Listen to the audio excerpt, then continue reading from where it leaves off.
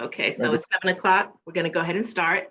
Erv will be joining in a second. He's taking his phone number off so people can't call him. Gotcha. So welcome to this Selena Sessions discussion. The topic is when his I do turns into I don't. And basically what we're doing is we're talking, and I'll give them a chance to introduce themselves. We're just getting the men's point of view of when he checked out of the marriage, whether it was he physically packed up and left, emotionally, mentally, just getting their perspective. And I want to say, first of all, because some of them, I know their ex-wives, this is not about, I'm telling my side of the story so everybody can know what she did. It's nothing like that. We want the men's perspective. And there's some things that might be sensitive to them. So I want them to know, as their sister, I'm going to cover them. So there's no judgment here. Whatever you decided then, that was then. And thank you for sharing. And if there's something that you don't want to talk about, I'm fine with that. I'm not going to try to drag it out of you. This is not a talk show. I'm not trying to get the dirt, to make it interesting. We want to learn. I love knowing men's perspective and the way they think about things. And if you don't want to answer it, just say, Selena, I just, no to that. Just do that. Don't lie, because some of them, I was there for some of it, and I will call you out. If you lie, I will call you out. I'd rather you just say pass. So Ron, real quick, and then Aaron, and then Bigger, my big little brother. Just a quick introduction, and then we'll go on. Oh, also, Facebook, if you want to ask any questions, I'm going to be monitoring the account, and I'll let you ask questions. All right, go ahead, Ron. Hey, I'm Ronald Young. I have a former radio talk show host, and I have a book that'll be out in a couple of weeks. I'll just put that right there. Okay. But the Chronicles. Okay. My name. That's it. Oh, go ahead, Ron. Yes, ma'am. So I'm doing that now based on the talk show and men's mentoring that I was doing for approximately 11 years. And that's pretty much it. I'm got another couple of books coming out over the next couple of months. And that's where I'm spending my time, talking about me. And the books talk about just what we're talking about, men's issues, challenges, and thoughts. Okay. Go ahead, Aaron. Aaron Jordan. I'm not nearly as interesting as Ron, but I will be reading it, that's for sure. I am originally from Philadelphia, Pennsylvania, living in Virginia. I am recently remarried this year, and stepdad as well to a beautiful 10-year-old girl, and just loving my life. Okay. And Erv? So remind me to get these gentlemen's autographs before this Zoom call is over. These guys sound amazing. I'm Erv Dawson. I'm from Virginia Beach, Virginia, where I grew up. Right now, currently, I am in California. That's why, I was a little delayed trying to get on the call this evening. So apologies to the family for my tardiness. But I'm a gospel rapper. I'm a bass player. I don't have any books yet. Maybe one day I'll write a book. But I do have music, and that's one thing that I do love is music. So when you hear me talk, 9 times out of 10, it's going to be about music. Love the Lord, and I am engaged to be married next month. Congratulations. Congratulations. Thank you. I'm very excited, and my baby's watching. She's somewhere there, but if she ain't on, she will be on. So yeah, that's me. Oh, she let me know. She said, he's so excited. I'm going to be in there. So I'm just making sure here. Okay. So we're going to get right into it. I'm going to start with you, Ron, because I had requests for Uncle Ron to come back. So you are officially Uncle Ron Selena Sessions. All right. And so just tell me briefly about your first marriage and how long ago was that? That was, it was dissolved, as the papers say, in 1994. And if any of you saw the movie, Why Did I Get Married To? And you remember Angela and Why Did I Get Married To? Then that was my first marriage. Me and Angela, just like this. And I joke about that, but my daughters, after they saw the movie, they called me and said, Dad, have you seen Why Did I Get Married To? I'm like, yeah. Did you see Angela? I said, yeah, ain't that just like Mama? I rest my case. So it was that was pretty much, it was fiery, it was off the chain. But for the time I got married I was 19, just turned 20 years old. So I was extremely young when I got married. And and my wife, of course, my wife at the time, same thing. And we just went for it. And there was no rhyme or I married her because she was pregnant with my oldest daughter. Okay. And at the time, that was the right thing to do, so to speak. And but we were a bit more ready for marriage than than any other previous teenager would have been. And it was just crazy. It was just crazy for years. So how many children did you two have? Three daughters. How long into the marriage before you checked out? We were married for 18 years.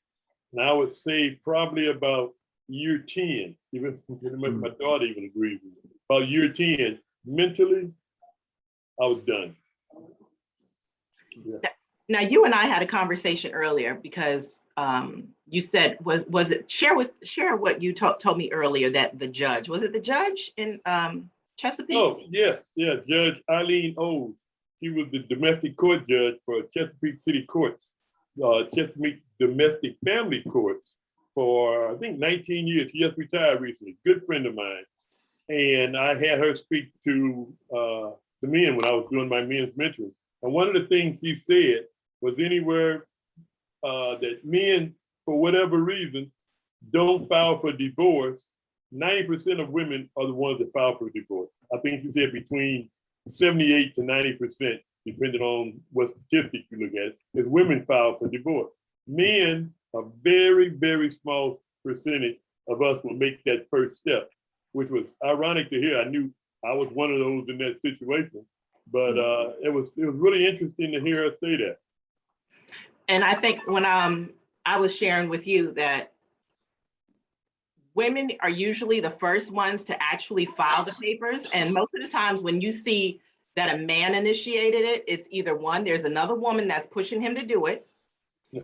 Two, he already has that other woman, so he just needs to make it look like this is official and he wants to dip out. And I'm not saying this is the only case. I'm saying what I found.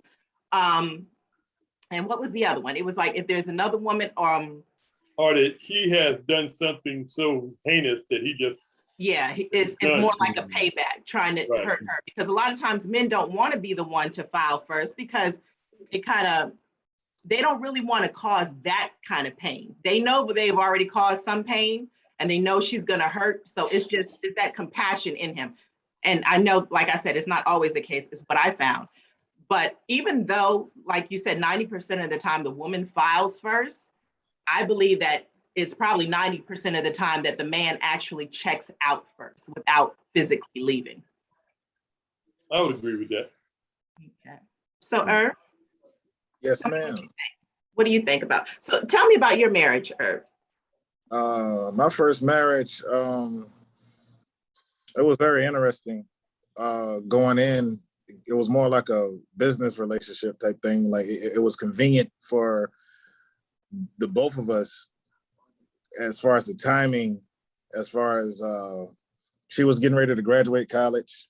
I was just getting back into the workforce. I was laid off for a long period of time, and my parents had sold some land that we had back in Chesapeake in the Great Bridge area, and we had a lot of time to live there, just mortgage free. So that time was up. I needed a place to stay, and we didn't want to shack. And so going into it, it was more of a business mindset on my end, anyway. In my mind, went into it with just the wrong mindset. As I was young, I was 22 years old, and I got the approval of all my peers. Everybody else around me and connected to me thought it was a good idea. And wanting that approval, wanting someone to give me that yatta boy, yeah, this is it. Okay, you think so too? Okay, great. All right, yeah. And so I jumped out there thinking, not thinking, worried about other people's opinions and thoughts and concerns in your life, not understanding the truth of the matter is that you have to live with this person. You have to, see this person day in and day out. And so for years, I'm going to say for the first few years, like the first 4 years, I was married for 6 years. For the first 4 years of the marriage, it worked because we were both just always on the go. We were both very different ministry, and we both had full-time jobs that worked overtime. So we didn't really have to deal with each other. It was a business type relationship. It worked, because we didn't have to deal with each other, That's When you went into the marriage, were you in love? no, ma'am. Was there something inside of you that just, you knew, like, I shouldn't be doing this? No, because I was, again, looking at the approval of everybody else. I didn't even care what I thought. I was so much of a people pleaser that I never cared for myself and for my own self-care. I wanted everybody else to like me. I wanted to fit in with everybody else. So if everybody around me thinks, hey, you should get married to this girl, that's what I was going to do. If they would have told me, no, that's definitely not the one, and I was madly in love with her, I would have left her alone. Like, that's how much of a people pleaser I was in that season. So at any time, did you think that I'll fall in love with her because everybody's saying she's the one for me, that maybe I'll eventually fall in love and I'll be happy? That's what I thought would happen. I was like, okay, well, and the people that I was connected to that were giving me that thumbs up, these were credible people in my life. Like, I'm not just, it just wasn't any old body, but these were people that I valued their thought and their opinion to that extreme as well. And they were, I'm like, okay, well, if he said it, it's true. So yeah, I figured it's just gonna take time, and things that I dislike and didn't like. Okay, yeah, well, you don't get everything you want. You get some things that you want. You get some good things and some bad things, but you live to fight another day, like they said in Friday. But yeah, honestly, I felt like at some point the table had turned. Mm-hmm. When did you realize it wasn't going to turn?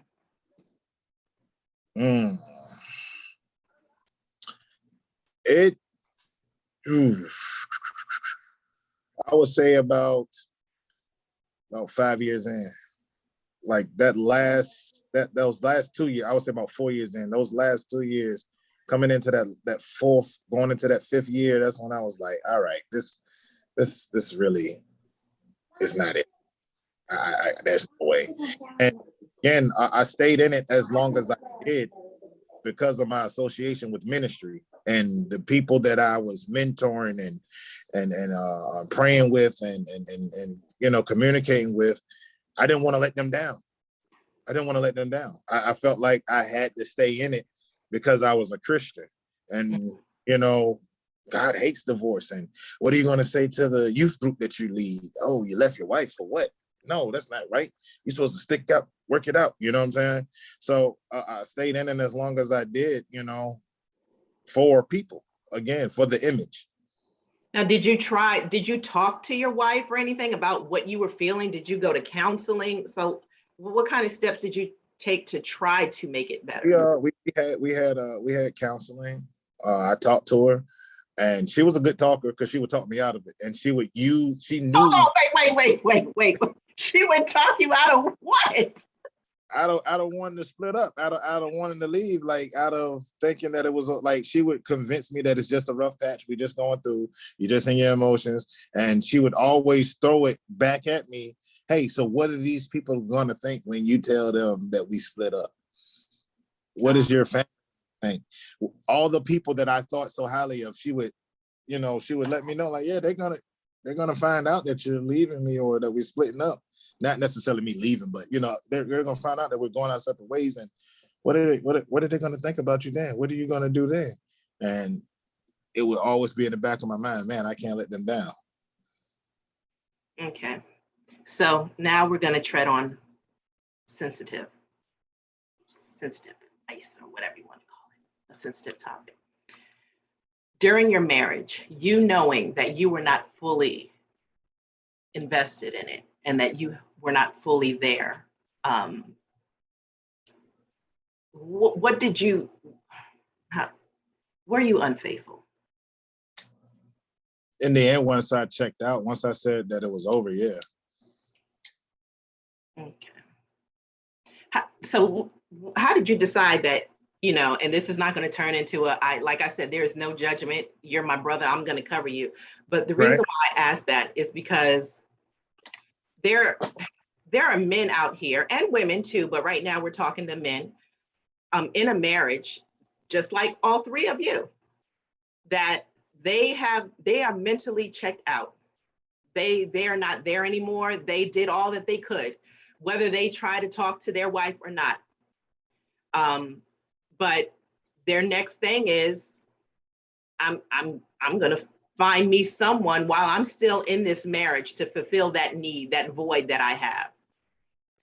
How does it, I want to know, as someone who was married and husband was unfaithful, how does it get to that point? I'm just curious how it gets to that point, like the progression. Do you go in knowing, boom, as soon as she messed up, I'm getting me somebody, Right.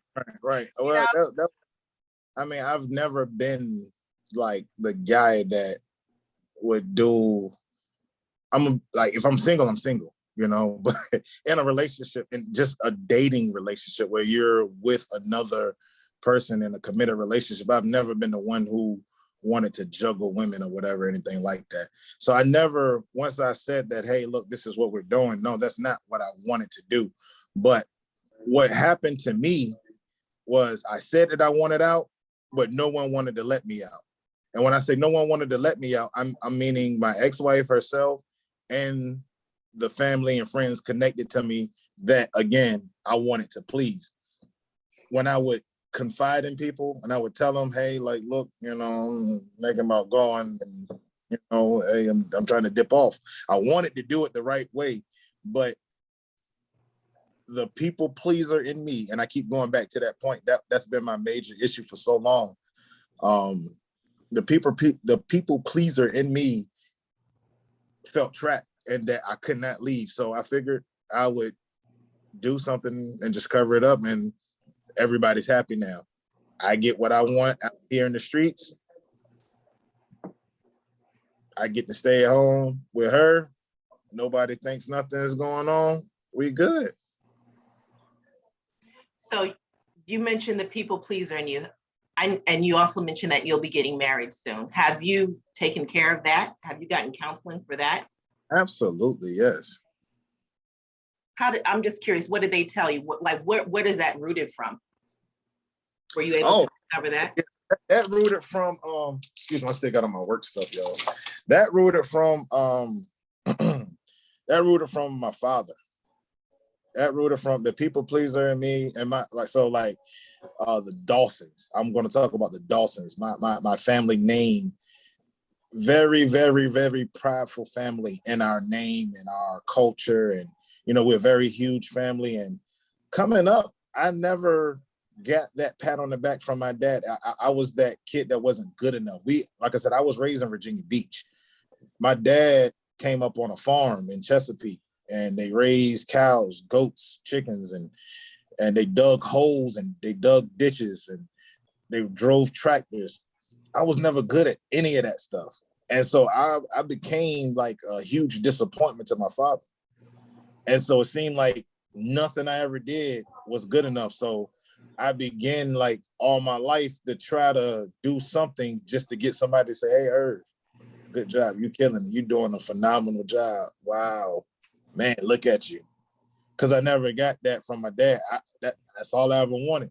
And so the people pleaser in me, once somebody else told me, hey, yeah, you're really good at that, man. oh, you look good, man. You look, I didn't like, and that was another thing. My dad liked dressing up. I didn't really take on that whole culture of, suit and tie every day, like the era that he grew up in. That was the thing in his time where like you wore a suit to the grocery store on there, you know what I'm saying? But yeah, so trying to get the, again, quote unquote, yatta boy from somebody is what drove me into that place of people pleasing.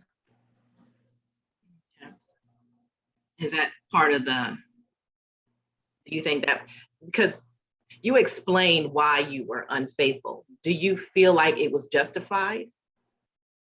No, not at all. I'm just curious, did you afterwards, after the marriage ended, did you ever talk to your ex-wife or apologize to her? Or absolutely, yeah. I've done it several times, actually. Do you think that was the best route? Did it help you? First of all, let's be honest. Let's be real. You being unfaithful in the marriage, did it help? Did it accomplish what you thought it would? No, it just confused me more because I had to, like I said, try to hide it from people. Like I said, I didn't want the people to know. I told her, yeah, hey, look, we're finished. I'm done. Leave me alone. I'm going to do me. But I still kept up the persona so everybody else would think everything was gorgeous, lovely. Everything was going good. You know what I'm saying? So all it did was just stress me out more because I had to cover up. Ron, what you, coming from a place of wisdom with everything that Erv shared with us, and you in the men's ministry and talking to a lot of men, share some things with us. I think, and I can speak both ways. I can look at my past in that time and now being in the second marriage, and what I've heard men say. A lot of times, men are not, when they're unfaithful. Now I know there are those guys that just go out there and they just gonna do what they're gonna do. But a lot of times in situations just like Erv, a lot of times you're not really looking for a quote, quote, affair or side chick or whatever you want to call it. You just want to listen. You just want to find somebody that'll just listen to you. Usually that's going to be a female. A lot of times, as we see in statistics, more often than not, it's someone that either works closely with you or you see on a routine basis. So she'll say those things just like that song Gladys Knight had. If I were your woman, you wouldn't have to do that. Yeah. All the little things like, wow, I can't believe she treats you like that. Wow, I can't believe she said that to you. And you fall in, and men, we're gullible. We'll fall into that trap where, and then next thing you know, it's going from just talking to an evening with dinner or evening at her place or evening at a movie or evening wherever, and then everything else just starts to transpire. I always say most men are usually looking for peace, P-E-A-C-E, but it ends up being a peace, P-E-I-C-E. And it just, and you always hear that it just happened, but it kind of did, but it kind of didn't. It was a transition that happened that guys, usually we're not going out and say, you know what, she's gonna say it to me when I'm going out and find me somebody and I'm gonna smash it. This is what I'm gonna do tonight. And it don't usually go like that. It's usually someone somewhere that's in your ear or willing to listen, and you just start confiding more and more in that person, and feelings start to transfer or start to transpire. And then next thing you know, there you are all wrapped up.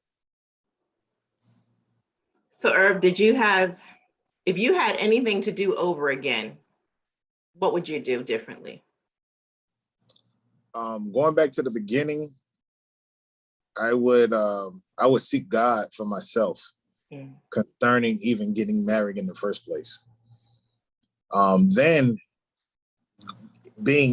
saying already in, I would definitely exit the marriage properly if that was the case.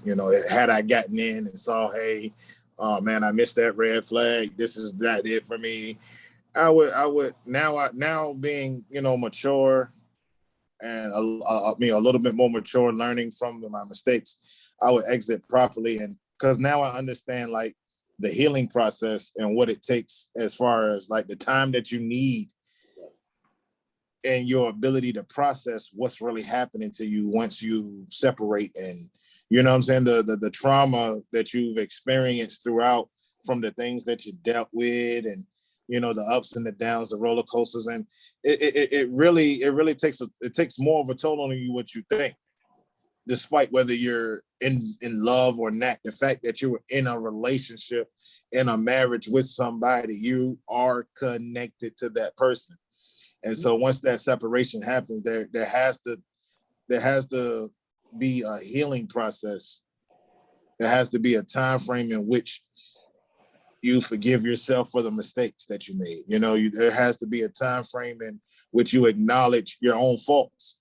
Like, you know, a lot of times we look at what somebody else did to us and we justify, yeah, well, they didn't do this and they didn't do that, and they always talk to me like this, and et cetera, et cetera. But going through the process, you got to acknowledge, okay, where did you fall short? Where were you not so perfect, you know? And so I would definitely take my time and exit properly. That's the main thing. That's good. Now, Aaron, share with us about your marriage. And we'll before we get into that, for those of you watching live, if you have any questions, go ahead, put them in there, and I'll look over the questions and we'll ask questions, whatever it is you want to know. So I was first married at 21. I was 21, she was 22. We were the baby of both, you know, immediate families. We had never lived outside of our parents' home. You know, we were basically going right from our parents' homes to our own place together. And, you know, we were married for 15 years. And there was a point where, as we were talking about tonight, where I just said, I cannot do this anymore. And, you know, of course, it didn't start out like that. You know, we had fun, we traveled, you know, we did, you know, the regular, you know, newlywed couple thing, and everything seemed to be going really well. And then I noticed there were little things that now, you know, much more older, much more mature, I can look back to say, maybe I should have saw these certain red flags come up. But there were certain things that I can remember now looking back early on that I should have been concerned about and did raise questions. But being 21, you know, and experienced and you know, just trying to figure things out, I just kind of overlooked. So what kind of red flags? Well, it was just certain things like, you know, just unexplained behavior. You know, for instance, I can remember a time where I would be, you know, sitting home, or she would get off work at about, you know, 5 o'clock or something like that, right? And then she would walk through the door until 8 o'clock. Until what time? 8 o'clock at night, right? And we lived about 10, 15 minutes from both of our jobs. Wow. So where did she like walk home? No, we both had cars. Both had cars, not on public transportation, like lived out in the suburbs. Did you say that she walk? Skateboard or something? Hey, something. I would have respected that response. Hey, you know, my car broke down, I walked home. Still wouldn't take you 3 hours, but okay, you know, all right, you know, maybe you stopped a few times and smelled roses. But I didn't think she was unfaithful at the time, but there was no explanation for her behavior. And so little things like that, I would just approach her and say, hey, where have you been? And all this kind of thing. And she would just be crying for no reason. And I'm like, what's wrong? And it was just nothing, I'm fine, leave me alone. And it was just the next day, it was like it never even happened. And so I said, okay, but again, 21 years old, trying to make it work, that's just one experience. But I think about 10 years into it, I think is probably when no, I'm not, well, I'll say 10 years that I checked out. Like I said, I started noticing these things after like 5 years. And it just became a downward spiral. Like I can't sit here and pinpoint exactly, when things just started to go bad, but she was really, really good at making appearances outside of the home. To her family, to my family, to her friends. We had the perfect marriage. Like everything was just perfect. But yet, once we get behind closed doors, there would be days where she wouldn't talk to me for 3 or 4 days, just be walking around the house, doesn't speak a word to me. And hey, I asked, what's wrong? What's wrong? What's wrong? Nothing. And then when I stopped asking what's wrong, that's when it was like in a volcano would just explode. And she would blame me for our miscommunication. And I'm like, well, I'm not trying to point fingers here. I'm not trying to start an argument, but if I'm the one asking what's wrong, that's not really accurate for you to say that I'm not trying to communicate with you. So it was just a lot of things of that nature. And just to kind of take a step back a little bit as well. So we both grew up in very religious households where it was put upon us at a very early age that it's better to get married than give in to sin. So I knew that in my very, very early on in my adolescence, that marriage was in my future. I knew that. It was just about when it was going to happen. And she was raised the exact same way. So I think being married so young very much played a part into it. Growing up together, we didn't really grow with each other. We just kind of grew into who we actually were, if that makes any sense. So let me ask you this, because it almost sounds like there's some similarity that I'm hearing with you and Erv. You put on the front for everyone else.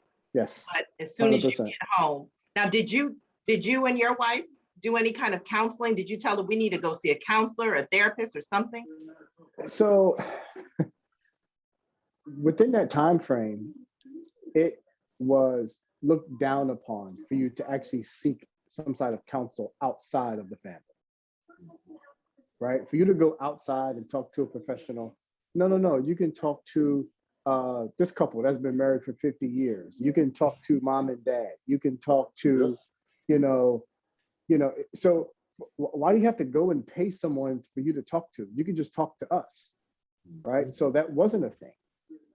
And especially growing up as a Black man, therapy, you were looked at as soft or, a punk or something like that if you wanted to just go and talk about your feelings. This wasn't looked at like something that was acceptable. It was just you either talking to your boys, you're talking to, maybe other, men in your family, uncles, whatever. So I grew up without a father. So for me, I couldn't go to dad, right? I had to go to my uncles, but everyone still had a biased opinion that they would give me if I did have anything to say or talk about. And I almost kind of, had the same situation with Erv. When we would talk, sit down and seriously have these conversations, and I would say, no, we have to do this, we have to do that. She would indeed talk me out of it. No, you can't say this. No, you can't say that. So she was so more concerned about keeping up appearances. And I think the reason why that was, especially with us, was because, so like I said, we're both babies. My mom is divorced. My older sister is divorced. On her side, her parents had been married for, at the time, 40 something years. So all of her brothers are divorced. So for the both of us, our families both looked at us like, hey, you are our last hope. You are the two that are going to do it right. You're the ones that are going to be successful. Yes, you got married young, but like I said, we traveled, we did all these things. So to them, it's like, hey, they're doing the right thing, and we should just leave them alone. And she fell into that, and I am too also fell into that. And then it became a thing where I too became a yes man in a marriage, where it was all I cared about was her happiness. This is what you want. This is what I'll do. That's what you want. Okay, this is what I'll do. And I became baseline, right? So I didn't get too high. I didn't get too low. I didn't have any really opinions about anything. It was just about, oh, happy wife, happy life. Happy wife, happy life. And then I lost myself in that. And it got to the point where after a certain period of time, after we had moved to Virginia, we left the shadow of both of our families, both strong families. We were on our own, and it got even worse. And so there was a point where I looked myself in the mirror and said, I cannot do this anymore. Like I've done every single thing that I can. I know God hates divorcing, but as his child, he also doesn't want you to suffer and be unhappy. So if there is means for you to get out and to be happy, then that's what I was going to do. And that's what I did. I ended up filing and left the house one day with clothes in a trash bag and never looked back. Do you have any regrets? Oh, First of all, how does it feel? Okay, even if you're the one who initiates the divorce, mm-hmm.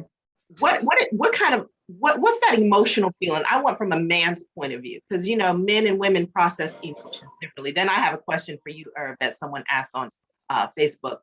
But did it hurt you to file those papers? Or were you just like, I'm free at last? You know what? I got to be honest with you. It didn't hurt me, but I knew that filing those papers, who it was going to hurt. It was going to basically reveal what's behind the curtain, take away that facade, right? Open that door and have a peek into what's really been going on for so long. Because like I said, to everyone else, we were the perfect couple. We were just it. Everyone wanted to be like us, right? And I knew that once I filed, actually before I filed, once I just left and said, hey, I can't do this anymore. The first questions were going to be why, what happened? Because this is how I explained it when it first happened. Me and my mom had a very long conversation because she knew none of this. She knew none of our relationship. She knew of our relationship, but she didn't know the truth behind a whole lot of different things. And that was one of the most hard, but yet at the same time, the greatest conversation that me and her have ever had. When I really got a chance to just pour out my heart to her and tell her everything that I had been going through, and to finally reveal. And that part was hard because she loved her. She absolutely loved her. And for me to say, Mom, this is not the person who you think she is. And that was hard because, I'm her baby, right? So if anything, she's just like, hey, that's my, she wants me to have the world. Anything that makes me happy makes her happy. And once I was willing to do that, that's when she went, wow, like you really had to be going through something for you to do this. So like I said, it didn't hurt me because I was over it at that point, but I knew what it was going to do and the can of worms it was going to open up. So real quick, because I know there are a lot of, like I said, men and women, but I'm talking to men right now. When I see couples posting on Facebook, usually it's the woman doing it. And, you see this picture perfect couple. Some of the couples I know, and I'm like, y'all need to stop. But, just knock it off. But so what would you say to the man who was in that position? Because I can only imagine it's a lonely feeling. Right. Because, to open yourself up to someone and for them to just kind of basically reject you and your feelings. to keep up the facade, as you said. That's a lonely feeling. And I know it's probably particularly more so for men who are not, like you said, encouraged to share what they're feeling. But what would you say to that man who's in the marriage and he feels like, I guess I'm just going to die here in the corner, you know? I mean, what would you say to him other than get out? Get out. Get out. Exactly. I mean, what would you what words would you give him to encourage him? Either it's like, I don't care what she says, if you got to go to counseling on your own, whatever the case may be. What would you tell him to give him some kind of hope and letting him know, brother, you're not alone. You're not alone in this. I guess the thing I would say is, you at some point, you can only be as good to someone else if you are taking care of yourself. Exactly. I don't care how much you can love and care for anything else in this world.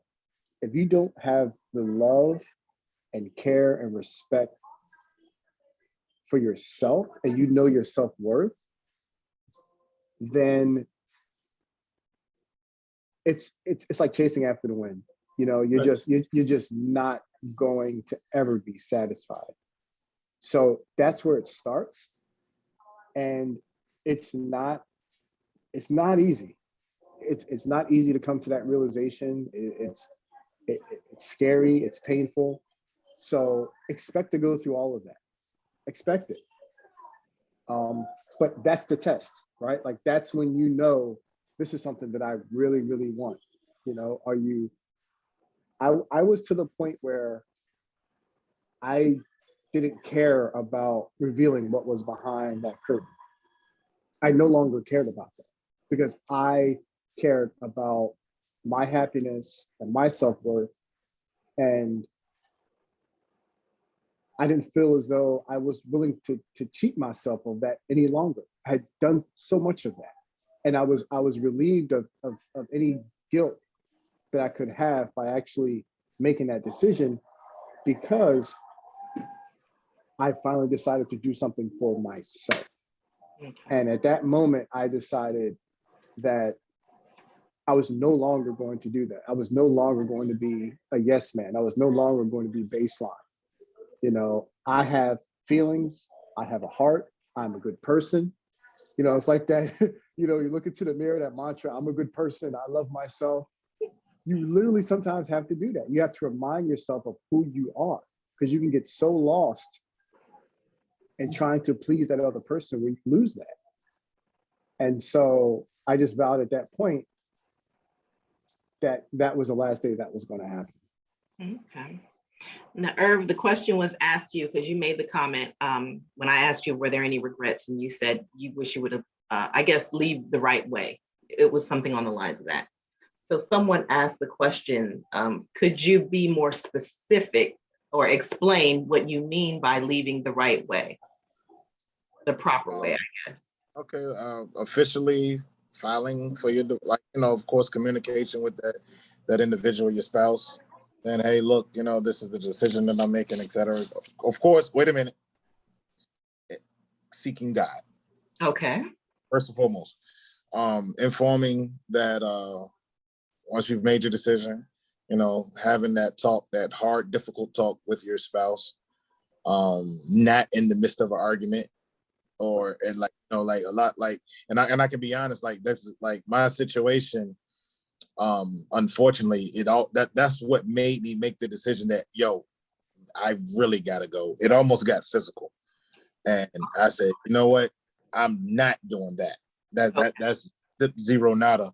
But not in the midst of an argument, but having an adult sit down conversation like we're having a discussion right now, and filing your paperwork, you know, taking the time that it takes to, you know, like, it's like in the state of Virginia, it's a year you have to be apart before you can officially, you know, be divorced, and et cetera, et cetera.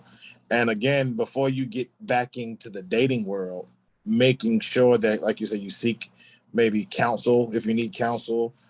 Definitely, you know, spending time learning who you are and redeveloping yourself, like he was just saying, like, loving yourself. You're not going to be any good for anybody if you don't take care and you don't love yourself. Right. But that's what I mean about the process, doing it correctly is taking the time to do it right. And they talk about what you call rebound relationships, and you jump out of one relationship straight into another, and you feel like that person is just the world. That person is just so amazing, and all they did was the opposite of what your spouse was doing at the time, and so it feels so right. It seems so perfect until you get some time down the line, and like, oh, okay, you just did you really only did 20% of what you were supposed to do, but it felt like 100 because I wasn't getting that at home. So boom, I highlight that 20%. If I, show you this, like right now, you see this back corner of my room, but if I flip the camera around, you can see the whole room. And that's how not taking the time to heal does when you get into new relationships and new situations. And we think because like you said, one of the questions that you asked today was like, hey, how did you know when you checked out? We think that separation and that time in which we made that decision in our own mind was our time of healing and processing, but it's really not. You really need that time alone. Right. That time for you and God. That's the right way, if you ask me. That's good, Erv. That's good. Thank you, sir. Thank you. Did it hurt you to file those papers? No. I was hoping you wouldn't ask that, but no. Dang, gosh. Yes, it did. I'm telling you. It didn't. It really did. I can tell by the way you answered.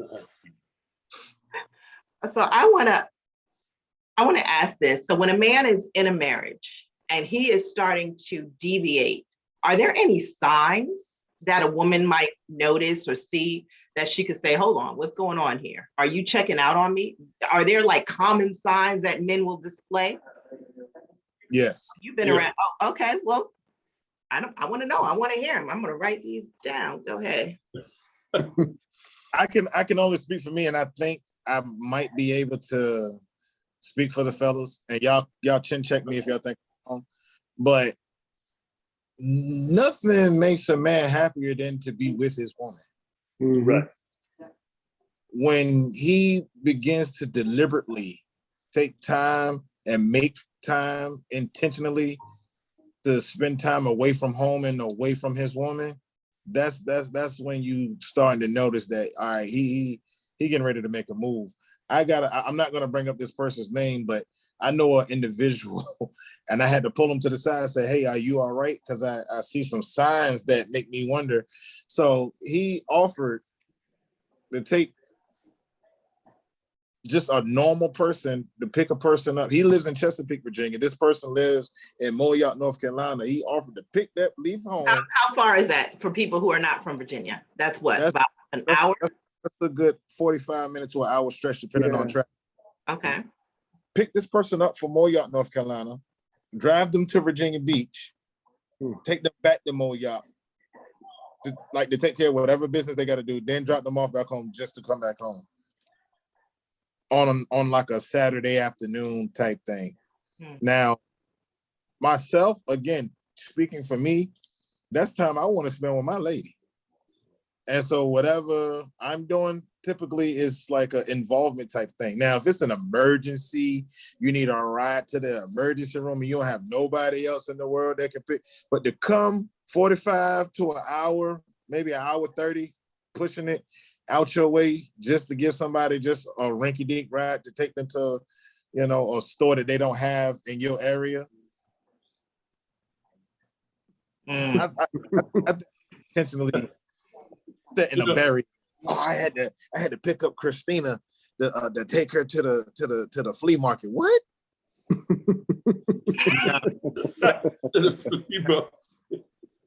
Nah, she ain't had no other way, no other friends, nobody that lived in her area.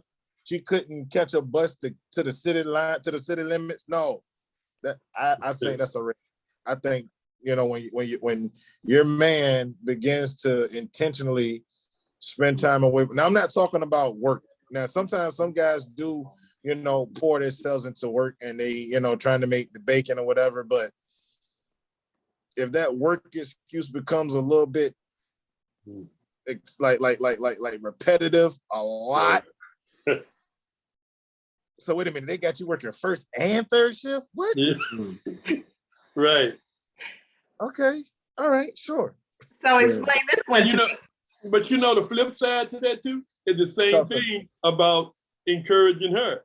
You just want her to go, you and your girlfriend, y'all ain't hanging out tonight? Don't you want to go and see how your girl doing? You're pushing her out the house. I was just about to say that. Yep, you don't want to, when you don't want to be bothered, you just, hey, why don't you go and, why don't you and your girls go? Y'all ain't hung out in a while, have you? Why don't y'all go out and hit the spot y'all used to be hitting? Why, you don't want me here no more? No, I'm not saying that. I'm just saying, enjoy yourself. Do what you want to do. And then that's that other sign that he's always want you to go do something. Go get out, go do this, go shopping, go with your girlfriend, go whatever. Okay, so look, a couple of weekends ago, I was at my cousin's house. Hey, Val. She loves my attention. So I got home late, and me and my brother, we both went, but we drove separately. So he got home, and I know he was home for about a good 20 minutes, and he called me, and he's like, "What are you doing?" It's like, "I'm in the driveway." He said, "What, did you run into traffic?" I was like, "No." He said, "So what happened?" I said, "Nothing. I'm just sitting in the driveway." He's like, "Well, dang, you sound like my married friend." But I was literally tired. I could have fell asleep. It's not that I didn't want to be in the house, but well, dang, what's up with that? Yeah. I think, go ahead, Aaron. Go ahead. I think that's what I was going to say. Like, speaking from experience, just kind of piggybacking off what Ron said. She had started working so much, and it was great. Like, she would tell me, that all these different projects, whatever that she had going on. I said, okay, but it would just be, one time would start to another time, would talk, turn into another time. And how I checked out, I didn't care anymore. It didn't matter to me what time she came home. At one point, I couldn't sleep in the bed without her. And then by the time it was all said and done, I was knocked out asleep before she even got home. Before 8 o'clock. Before 8 o'clock. And every time she said she had to go do something, I was just like, all right. So I just stopped caring about us spending time together, because, I felt alone when she was around anyway. So, and that's one thing I realized was that there's a big difference between being lonely and being alone. Mm-hmm.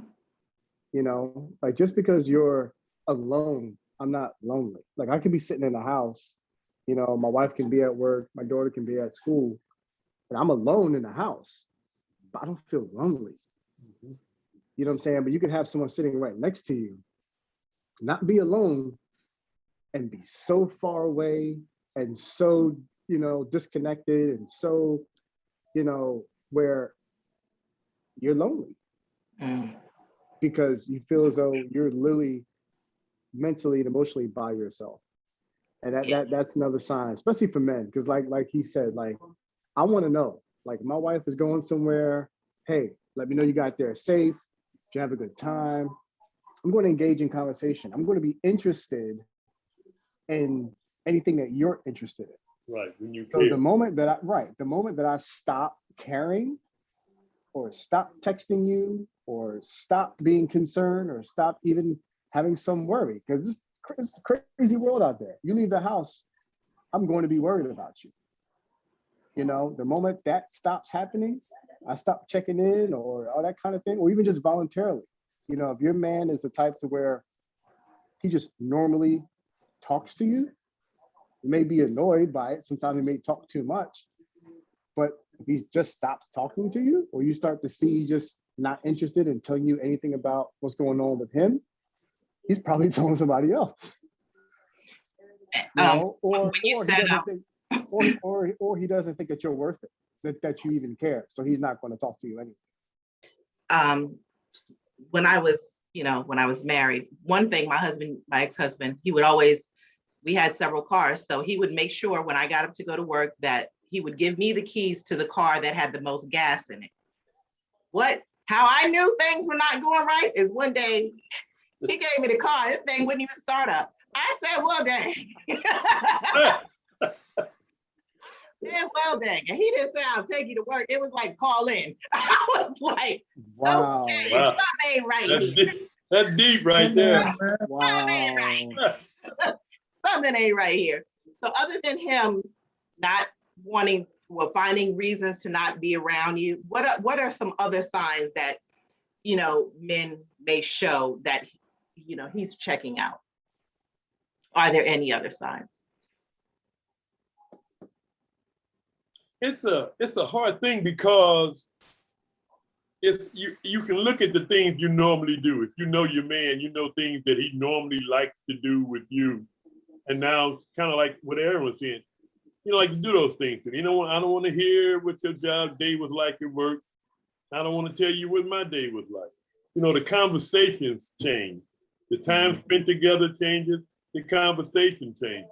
The little opportunities to go here or go there or do this, or the intimacy. Here it is. Okay, when you go to bed, you just go to bed, turn over, and go to sleep.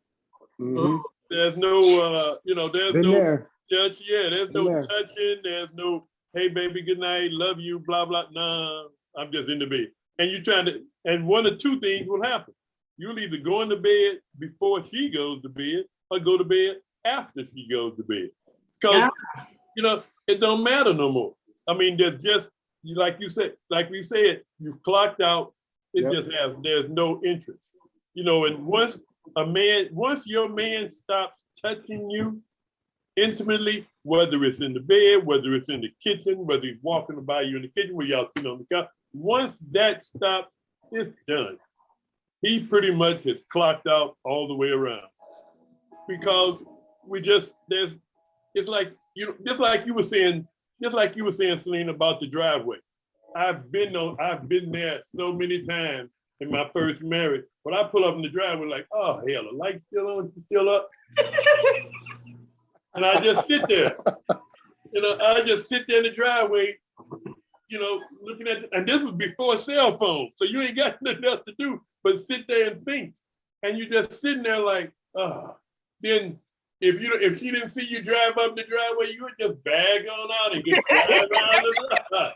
Because it's like, I just want to see that bedroom light off when I pull up. That's how bad the communication it got. I just don't even want to come in and talk to you. And that's a sad way to live. It is. And I went through that where I would find a long way home all the time.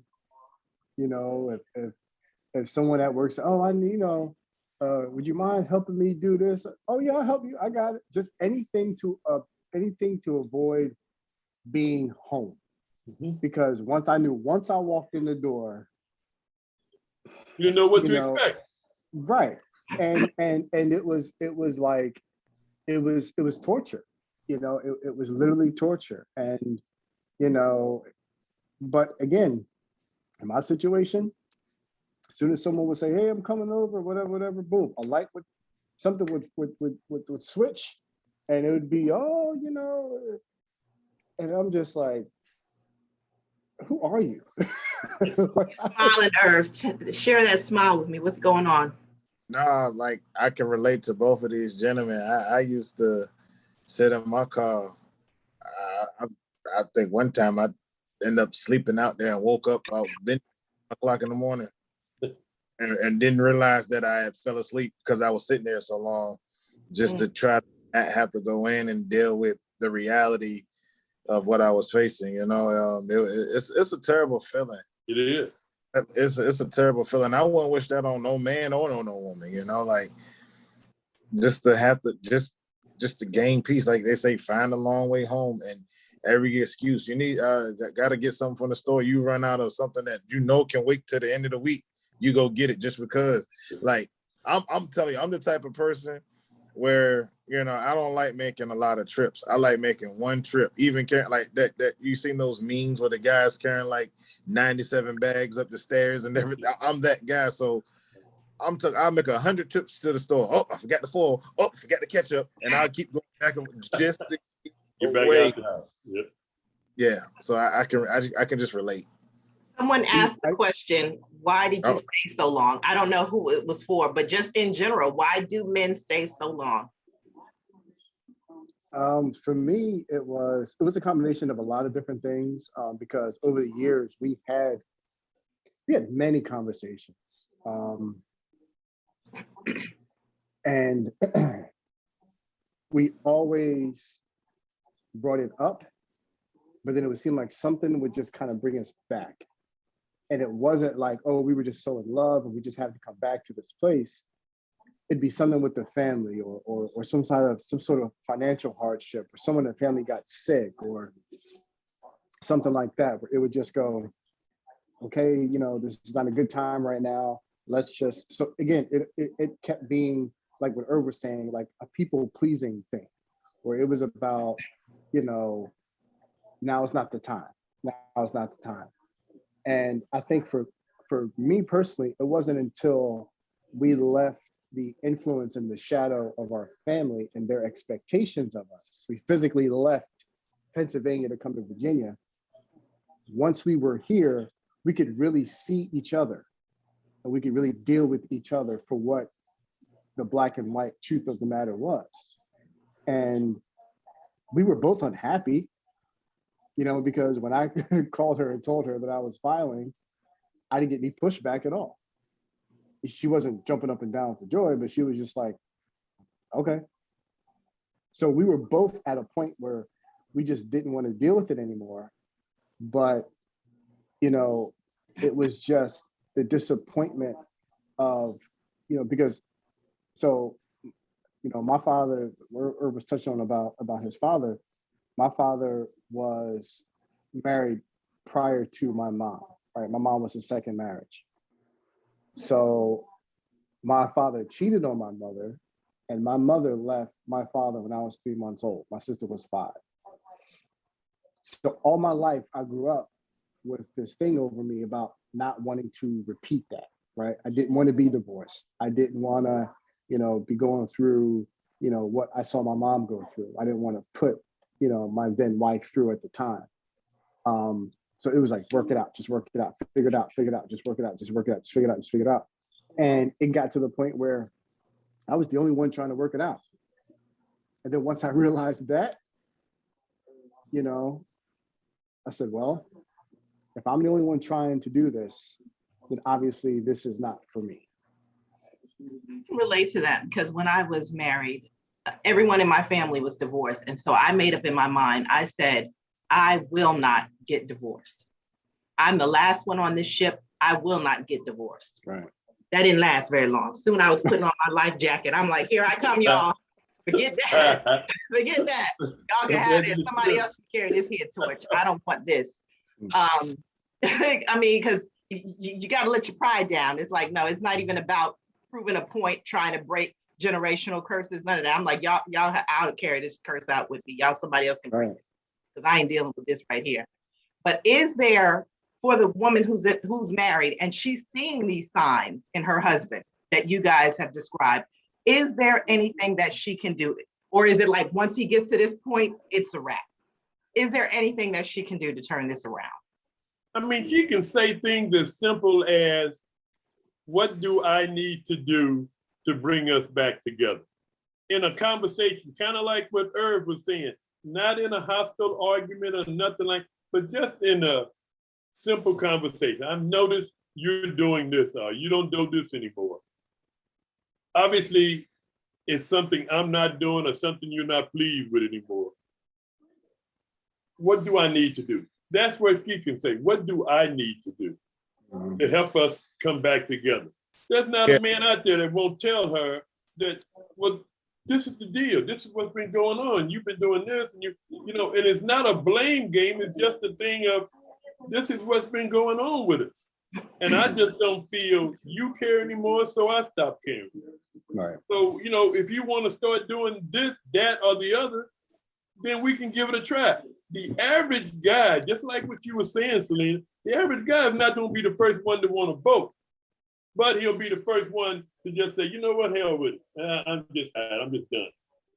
But on the other hand, if she comes across in a way where she says, okay, do you really want us to be together?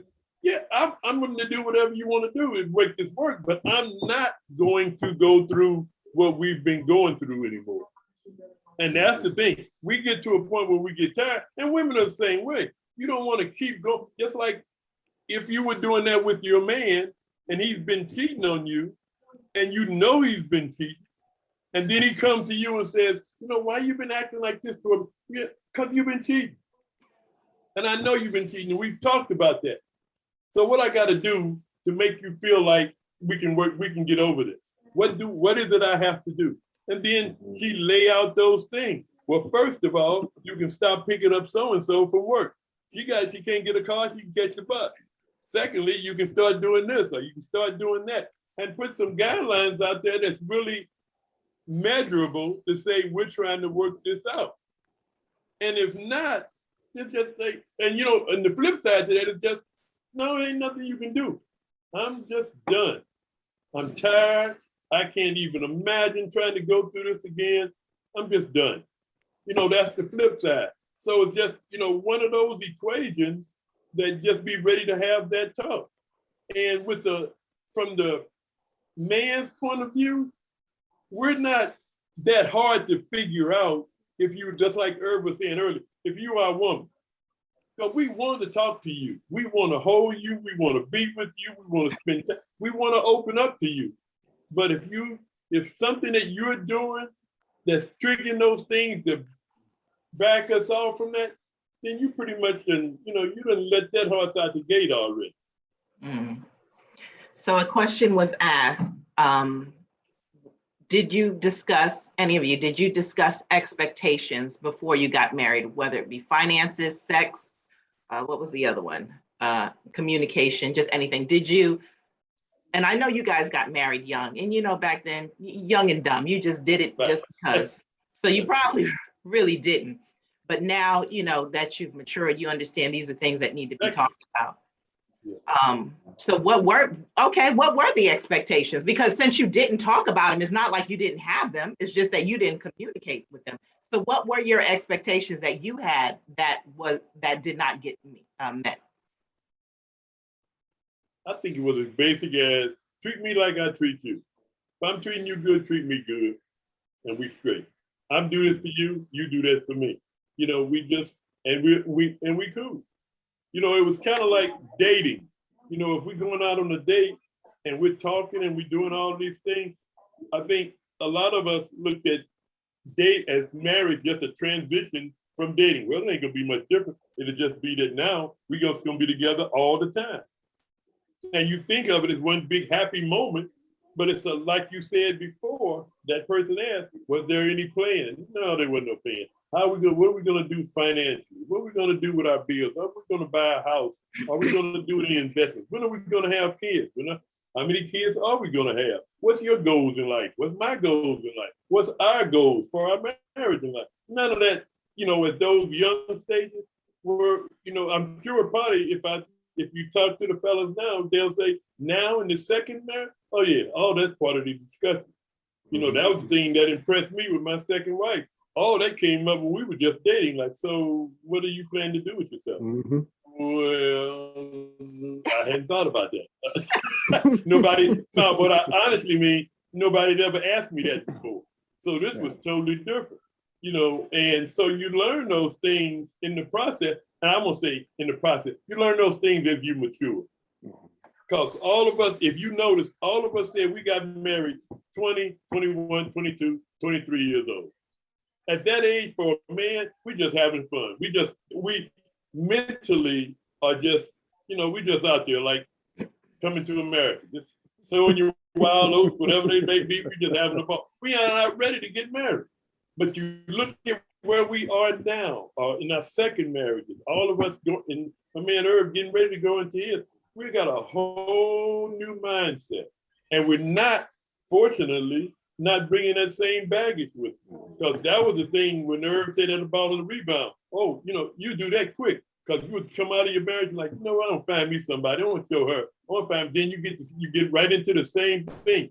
She fulfills them little gaps you didn't have in the marriage, and you think, yeah, that's all I need. Then you realize, oh, hell no, this is just as crazy as it was when I was married. So when I was divorced for 12 years before I got married a second time.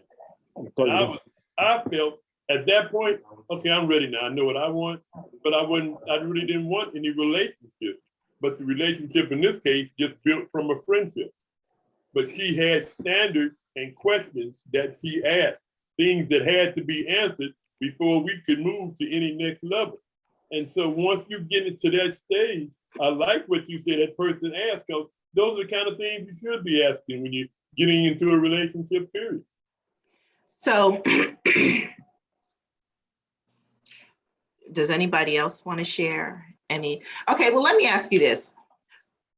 Are there things that women do now that you notice that contribute to a man checking out that she might want to seek some help about or fix, or, I'll let the younger guys answer that. I just think it's all based on, I think it's all just based on personality and experience. Everybody likes different things, not, relationship is like a fingerprint, you know what I mean? Like a snowflake, they're not, nothing is going to be the same, right? No, it's not, but what general things, just generally? Generally, I think just from a man's perspective, is respect. Okay. And reverence. How you speak to us should be differently than how you speak to anyone else, right? Especially if we're talking about a husband, right?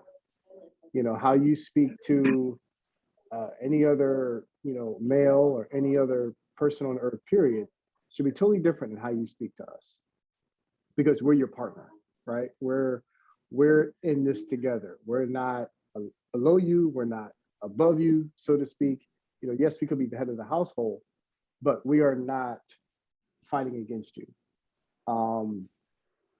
So that's a thing for me. Like how you speak to me, the tone that you use, the words that you use, are your words seasoned with salt, as the Bible says, or you're a very contentious person? Are you very, looking to cut me down when you're speaking to me? Just to have something funny to say. Do you like to embarrass someone or embarrass me in front of your friends? Are you always looking to make me look like I don't know what I'm talking about? Or, just little things like that. You know what I mean? That just, because I experienced that, where it was like, okay, where did that come from? Or just little things like that, I think can be a tell, where you can just kind of say, listen, this is not something that I am, comfortable with, Okay. because because like I said, how I was brought up, you speak to your wife with respect and with reverence and with compassion and kindness. You don't look to talk down to her or talk about her. You are the one building her up, not the one tearing her down. So for me, that's a key thing to look for. Okay, Erv? I feel like it's very hard for a male to open up and speak about his feelings and how he feels and what he thinks, especially in a relationship, and your significant other is that safe haven a lot of times. So I feel like women should definitely be very, very, very careful with listening to what it is that he does decide to bring up as an issue or concern, despite how much you disagree or agree with it. The fact that he felt that he needed to bring it up, I feel like you should take time to evaluate what is making him feel that way. He could be dead wrong about how he feels, but it's something causing him to feel that way. And that needs to be communicated. So the fact that he brought it up, I feel like not necessarily he did his part, and it's not, and he's free to go do whatever he wants because he said what he said. But I am saying that if a man is bringing up a gripe, a problem, an issue, a concern to you, especially, you know, and you know, depending on how, I wouldn't say necessarily if he's upset, but I'm just saying in general, most men, we typically deal with a lot for and from our women because it's not a lot that really bothers us. You know what I'm saying? It's like, okay, well, you want to cook, go cook. Okay, you want to shoot, go shoot. You know, it's whatever. We we're not really hard. We're not hard to be pleased, in my opinion. You know what I'm saying? A lot of us just want to watch a game. We want a good meal. We good, you know? So y'all just not gonna mention sex like it ain't happening for real. Y'all just gonna act like it ain't well, sex. if you want to talk about it, I can talk about it all. We want to know. Y'all just gonna talk cook. You know, yes. come on now. Cook. Absolutely. That's true. Absolutely. Yes. Sex is definitely a huge part, but we feel like that's simple. We feel like that's simple. And so if a guy does muster up the courage and the boldness and allows himself to be vulnerable and say, hey, well, you know, this is how I've been feeling and this is what I've been thinking. This makes me feel this way. I think you should listen because that's I feel like that's, you know, take into consideration how he feels. That's what I'm trying to say in a nutshell. Yeah. No, but that's good. You're right. Because if a man brings it up, first of all, if he's comfortable bringing it up to you, he's taking a risk. Right. A lot of times he's like, it's like when he approaches her for sex, he's like, okay, let me roll these dice. Let's see what come out, you know, and he's already edgy about it. So if you kind of, like you said, because women, we're just in a more stable, we can process emotions a lot better than men do. So to us, what you're saying, we're like, we almost, and I hate to say it, we're like, man up. It just almost sounds like whining. It's like, man up here. You know, you bringing that up, but you're right. It's like, it's valid. So if he brings it up, listen to him and let him know that you value what he's feeling because he's opening up. Because once a man, now bring that up, once a man shuts down, how hard is it for her to get him to open back up? No, it's very hard. Won't get me. Yeah. Once the door closes, shut. Yeah. And that's just like y'all violating that trust. If I tell you what's on my heart, just like what Erv was saying, it's hard for us to do that. But once we do it and we open up, say, you know, I've been dealing with these challenges on this, that, and the other. And then I tell you that because you're my woman. Then you go back and get on the phone with your sister and tell her, I can't believe Ron was talking about his job. And he don't even do nothing like that. It ain't even all that. He just up here talking about, oh, it's just stressful. And then the next thing I know, her husband, hey man, girl say you tripping on your job. What? Oh, okay. All right. Yeah, it was a trip, but I'm good. Yep. And that's the end. That's it. You will never hear anything confidential from me again.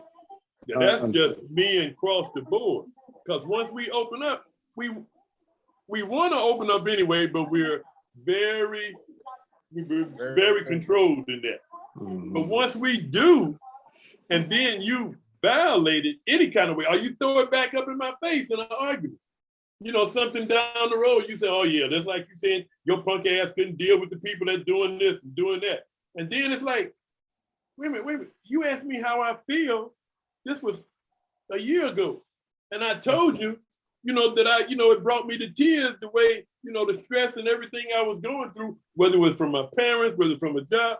And now you're going to throw it up in my face, talking about I should have been more of this, and I should be more of that. That's why you still doing this, that. Okay, all right. You will never hear nothing else. Mm-hmm. Yep, that's just me across the board. Mm. And I can imagine it's probably equivalent to the same betrayal women feel when he cheats on her. It's like I trusted you and you violated that trust. Right. So you saying I'm sorry is not gonna fix it. Right. That's it. I get that. Anything else? Let's see if we have any questions here. I don't see any questions. Oh, Uncle Ron, they said, I love Ron. Toxic good Erv. Oh, Yeah, man. Facebook. So we have just adopted, that's Uncle Ron now. I've been getting calls. We want Uncle Ron back. I think it's the young girls who's looking for that father figure. Oh, that's what it is. We want Papa back. Just scatter my ego right there. See? We want Papa back. Tell him, Pop. Tell him, Pop. Tell these men what they should be doing. But no, it's true because that's how it's supposed to be. The older men and the older women are supposed to be teaching the younger generation. And there's a gap somewhere because some of these young, yeah, whatever.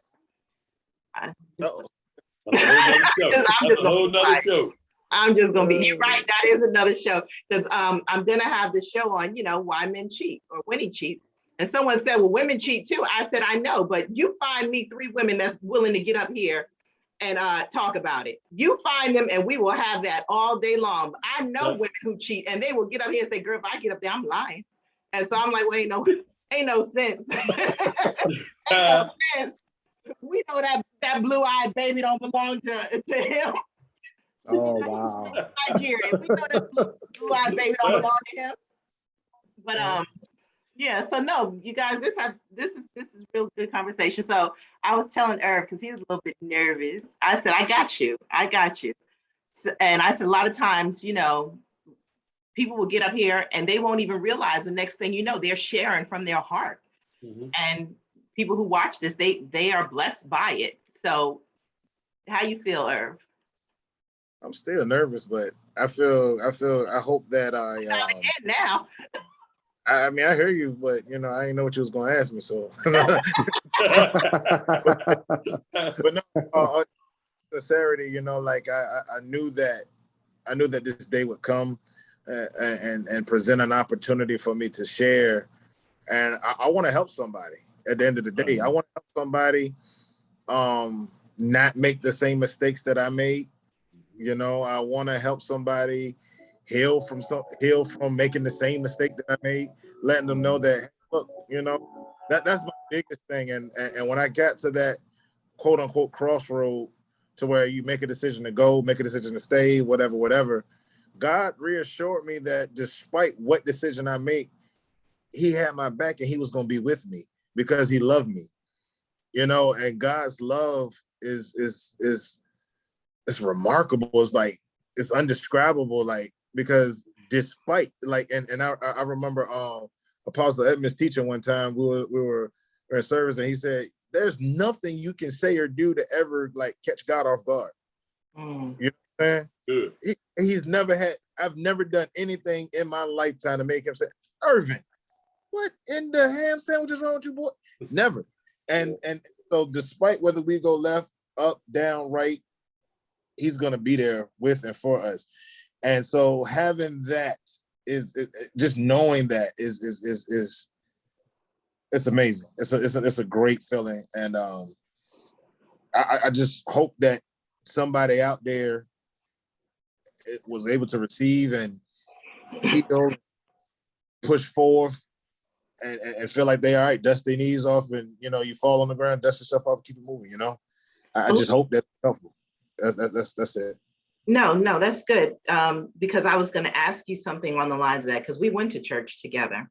Yes. And so your situation kind of came out, and I didn't even cheat when I was married. It was my husband, but I was so embarrassed when I went to church, and I just felt like when you're cheating on you, the first thing you do is you ask yourself, what's wrong with me?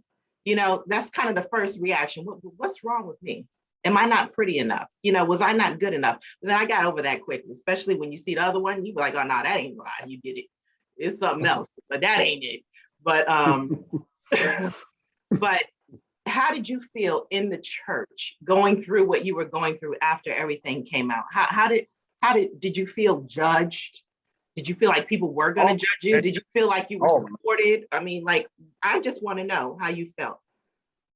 I'm gonna tell you, this is one thing. I know everybody loves their mom, but this is one of the things like, or the times where my mom like showed up and showed out and blew my mind. And I felt like so dumb after I thought about it. Once my situation came out and the world knew, it's like Channel 13 News, it was like, yo, like, so this, everybody just sitting around talking about me, this is what we doing, okay. And I went to my mom's house, and I was just all over the place. I was emotional. I was like, oh man. And the way the church made me feel at the time, like, well, you're the devil about to come pick you up in a gasoline limousine right now. As soon as we finish talk, he gonna be outside waiting on you like an Uber. That's how I felt, like, man. And my mom said, I got to my mom and I told her everything that happened, and I told her what had been going on, and she said, well, son, did you repent? I was like, oh, that's it? She said, yeah, just repent. Turn to God and repent. You messed up. Okay. And it just brought me to understand like how great and simple salvation really is, you know? All I had to do was repent. And that's when and so from that moment on, and as time passed, like, you know, I shunned church. I was anti-church. I didn't want to ever look at a church. I would go and support, you know, brother so-and-so if he had to speak because it was his initial sermon, but Sunday to Sunday, sitting under leadership, I ain't want nothing to do with it because I was so guarded. You know, I was so hurt. I didn't want that. I didn't want that relationship anymore, you know, with because I was hurt by church. And like you say, I felt judged and pointed at because, again, that these are a lot of the people that I wanted to please. Wow. And let them down. And that's what some of them even said to me. Like, I remember one individual told me, like, I'm just so disappointed in you. I can't look you in your eyes. I was like, dang, I messed up that bad. You know, I did that thing that I did not want to do. So I shunned church. I couldn't see myself under no leadership ever again. And in the healing process, I'm adding this on. Another thing that I learned was, so this is going to connect real cool, I think. So I wanted that pat on the back from my father, okay? And that caused me to cling to anybody in leadership on my job, at church, pastorship, especially in ministry, because I knew I was called to ministry. So I'm telling you, since I've been 17, I've been the armor bearer of 3 pastors. And I cling to those relationships because my father passed away, and now I'm definitely not going to get that pat on the back from him. So I got to get it from somewhere. You know what I'm saying? And so that caused me, and so to let the one person who was finally going to give me that pat on the back, that yada boy from a leadership position that which represented the lack of my father. You know what I'm saying? So I definitely didn't want, so I recognized that, okay, that's why I was so tight with this person and tight with that person. And some of those relationships and friendships were definitely platonic, and a lot of them weren't. You know what I'm saying? Some of them were just business, it seemed to turn out to be, you know, and when you couldn't do anything for them anymore, it turned out. So once I realized that, like, man, I've been chasing down behind my dad since he died just to get a yada boy on. He's not here no more, so I can't get it from him. You know what I'm saying? So yeah. I came to that realization. That's another thing that made me turn away from church. Wow. And I just wanted to just really quickly just underscore what he said, because I kind of went through that same thing where, you know, me coming to the realization that my marriage was over, that the gig is up, right? And so it's funny, you know, relationship with our mothers, you know, that was my first call, was to her to say, hey, this is what's been going on. And I realized that I had lived in fear of having that conversation and having that reality. And she reassured me that, you know, you will always you will always disappoint imperfect men more than you will a perfect God. And that hit me because I realized that, like what Erv was saying, there's nothing under the sun that we as his creation that he has not seen, heard, dealt with in the Bible times, intervened with, right? And so for us to think that we're quote unquote special, or our situation is something that, you know, we could box ourselves into this corner of fear. And so that we'll keep putting up with the things that are literally killing us because we're afraid to disappoint man. But man, there's no salvation in that. You know what I mean? Like man can't save you. We can't. No matter how much we love you, care about you and all that, there's nothing that we can do to save you. That salvation is yours and yours only. So that was one of the things that it was such a huge revelation, a huge weight off of my shoulders for me, was because I too felt that same grip on the disappointment and looking into different people's faces. Because, like I said, our marriage was this thing that everyone looked towards as a way to do it. Okay. And it had its own identity, it had its everything. And when it died, it was like a person literally passing away. And so I had to deal with, you know, the questions and all that kind of thing that came with that. But once I got over that fear of being vulnerable, that's when the true healing really began. Okay. Well, Erv, I hope you never felt like I judged you. Yes. No. I just, you know, people make their decisions. Whenever things like that happen, my first thought always goes to the children. But at the end of the day, I know that we all make mistakes. We all make choices, but it's not for us to judge. We're supposed to love people back, love people back. Miss Joy, I call her Dora. She made the comment, and I understand what she's saying. So I just want, it probably is Ron, all of you. She made the comment that no matter how, and it's gone now, but I remember what she was saying.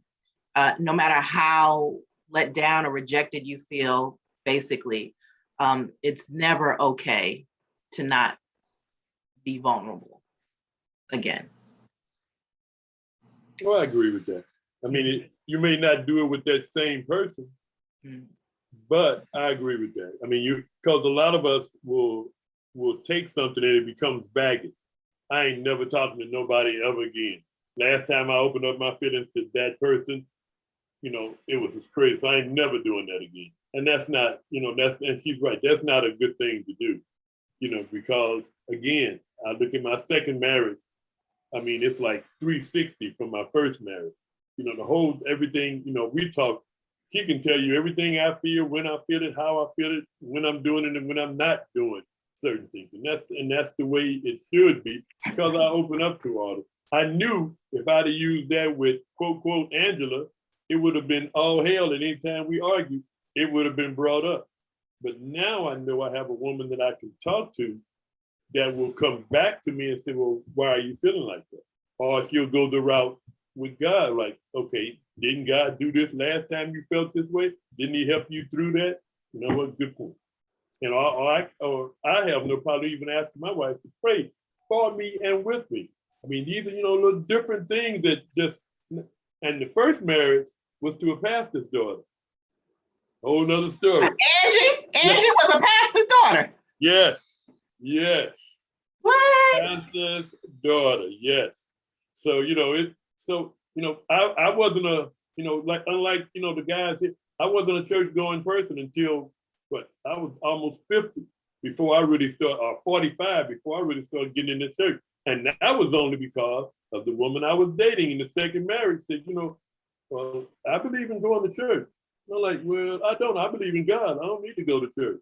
And so we reconciled that, and it paid off for the better. Needless to say, the rest is monumental history left there. I ended up becoming a men's ministry leader. Go figure. But I think it makes being vulnerable just means being open. It's just like I put on my Facebook page. Transparency doesn't mean you tell everybody what's going on in your life. It means you tell the truth about what's going on in your life. So you don't have to lie. It's just transparent. Just mean I'm not lying. I'm just gonna tell you. And I'm looking at Erv and at Aaron. Those men that were not in their life for them to be able to talk to, just to have a man to say, "Son, what's going on with you? You don't seem like you yourself," and be able not to have to please me, but to be able to talk to me and be able to, feel that I got your back. You ain't gotta feel this way. Or even bigger than that, I was at your spot one time. And I didn't have nobody to talk to, but you always got me to talk to. That's what these younger guys need to have, really their father to say to them. But unfortunately, that's not the case a lot, because obviously it's a lot more single guys coming from single parent moms than it is when I was growing up. But you need that. That's why I started that whole men's mentoring program we had at our church. Men need to be able to talk to men, and especially older men, to know that what Erv is going through or what Aaron went through, all of us have went through. We sit down just like you see on this show, just like what you're doing, and we all compare notes. It ain't a whole lot different. I'm 66.